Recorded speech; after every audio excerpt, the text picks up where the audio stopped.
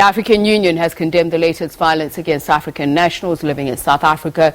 Chairperson of the AU Commission, Faki Mahamat, says he is encouraged by arrests made by South African police connected to looting and destruction of property.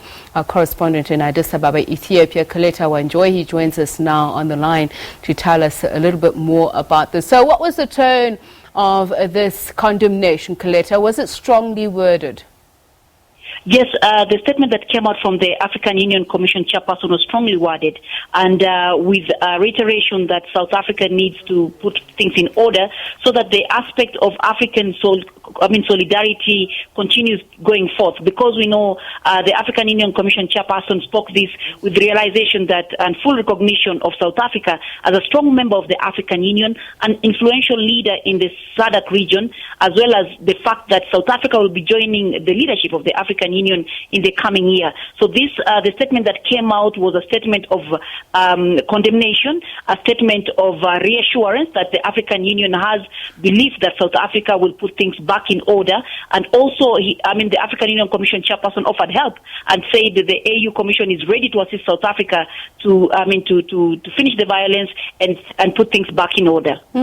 Just tell us what the consensus, or rather the sentiment, is there in Addis Ababa. Precisely, Coletta, we've just heard news of Zambia cancelling a friendly match against South Africa's Bafana. We've heard that there are retaliatory attacks in Lagos, in Nigeria. So I'm wondering, where are, obviously diplomats essentially, but where do they stand on this regional unity? How are they going to quell these tensions? From the African Union perspective, that means there are about 54 diplomats or so, under the African Union. They stand by the African Union and they say that they're ready to, for example, even hold a meeting and see how the attacks can be put down, because the issue is the attacks are happening from this point of view. They're saying the attacks are happening on fellow Africans, which is really sad, because right now Africa has to have one voice, and if there is such attacks on African brothers and sisters, then that means the solidarity and the unity of Africa is affected. But also speaking specifically on the issue of Ethiopia, Ethiopia has very many residents living and working in South Africa, many of them traders, and we've seen a statement from the government of South Africa, from the embassy in South Africa, warning Ethiopians against, telling them to be more careful. They say don't walk with your passports or try to hide your identity and all that. And we've also got a statement that has told them not to wear, for example, flashy stuff like jewelry and all that. And if possible, the Ethiopians living in South Africa have been told, for those who've got shops there, if they could close for a while until the situation normalizes. So from this point, all the ambassadors, the diplomats are speaking with one voice and telling South Africa that they have faith in South Africa. They've seen South Africa mediating in different issues in different countries. South Africa is a great mediator. For example, South Africa has helped South Sudan under the IGAD Plus to try and foster peace and all that. So they are telling South Africa that it should be able to get back into its internal authority and make sure that the Africans living in South Africa do not feel like they're threatened. So it sounds, Coletta, like the AU, at least those within the membership of the AU, have faith in South Africa and be able to resolve this. Are there any suggestions coming out of Commission on how to at least rein in the situation? At the moment, from the African Union Commission chairperson, he has expressed a lot of confidence in South Africa by saying that it knows that South Africa can put the things in order, but has also extended, like we've said, support and said just in case South Africa needs support. And as of now, no outlines have been put out yet on alternatives that South Africa could be given, because remember, South Africa is a sovereign state and should be allowed to use its own authority and its own mechanisms within the country to ensure that the thing comes in order. And just in case that fails, and the African Union hopes it will not fail, then there is the SADC region where South Africa belongs, and that's where we shall see the neighbors of South Africa coming in and trying to probably put this on the table, trying to talk about it. So the SADC region is what would represent the African Union position. But as of now, the AU Commission has faith that within the authorities of South Africa, this can be put in the right line.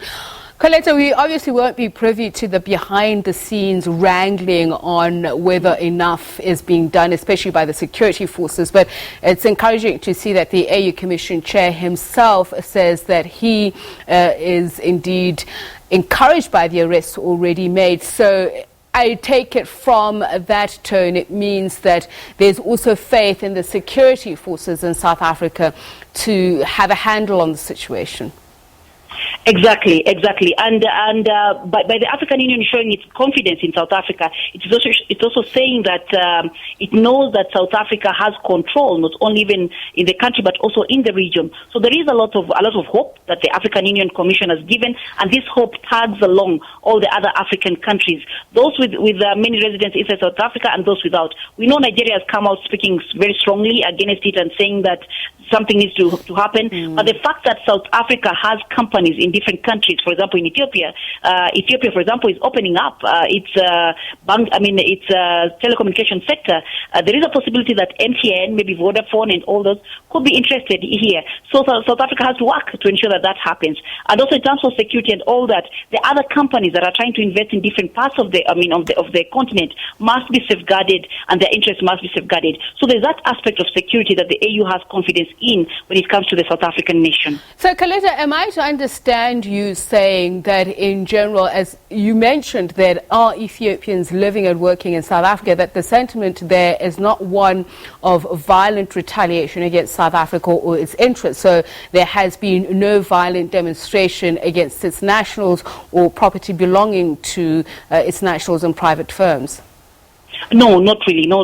We've not seen any retaliation on this side, and probably because of the fact that, one, to begin with, there are not so many South Africans in Ethiopia, probably those in the diplomatic missions, maybe working at the AU, the UN, and some organizations here and there. But we know that South Africa will be coming in to try and bid for different sectors, for example, the telecommunication sector, like we said, and also they'll be opening up on other sectors. They might be coming in to bid. So, but we've not seen any harsh retaliation from the Ethiopians here, because remember, the Ethiopians themselves have been told by their own government that they need to stay safe on their own, not to be part of whatever is happening, but to be on the periphery and just look from afar. So South Africans in Ethiopia are very safe, and there's that respect. People have respect for South Africans here, as few as they may be. So no, there is no danger for any South African nationals living here. No. All right, thanks a lot, Coletta Wanjohi. That is our correspondent in Addis Ababa, Ethiopia, talking about the AU reaction, different reaction that we're seeing from the East African nation as opposed to what we've seen in West Africa. We believe, according to the latest reports, that a ShopRite has been attacked in Lagos. We'll have more news on this.